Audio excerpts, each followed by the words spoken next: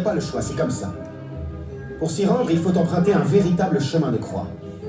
Il faut d'abord descendre la rue Saint-Georges. Saint-Georges, qui en son temps, victime des persécutions antichrétiennes, fut livré à de nombreux supplices.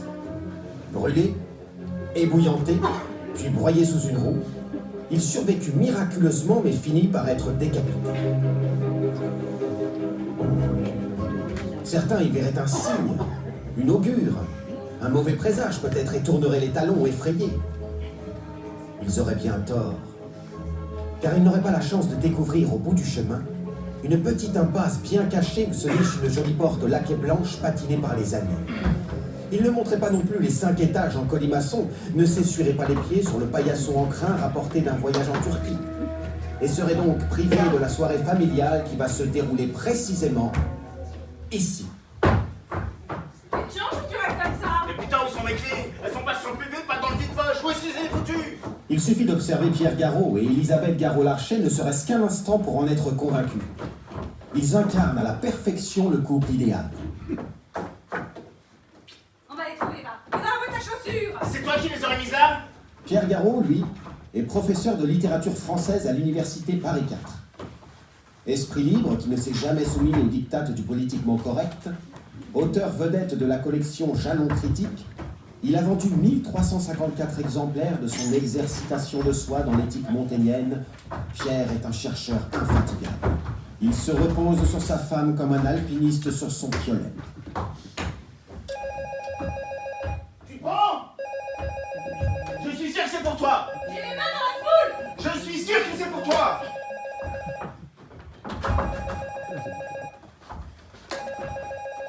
Allô? Bonsoir. Ça va, ça va. Et vous, Françoise? Françoise, c'est Françoise Larcher, la mère d'Elisabeth et Vincent. C'est une femme élégante, une femme gaie, une femme qui impressionne, une femme avec une belle voix grave et beaucoup de goût pour la décoration d'intérieur. Quand elle a perdu son mari, tout le monde s'est beaucoup inquiété. Mais elle a repris le dessus, forçant l'admiration des plus sceptiques. Elle voulait savoir pour le raisin. Je vous la passe. Je vous embrasse, Françoise. À vous, ta mère!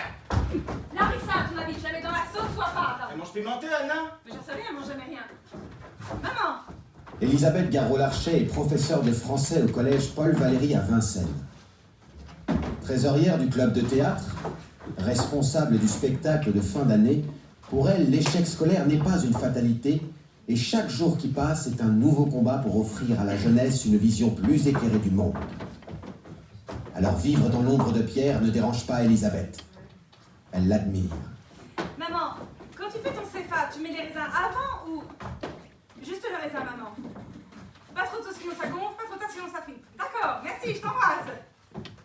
Ah, les Rosenthal sont là. Et lui, sa hanche, ça va bien?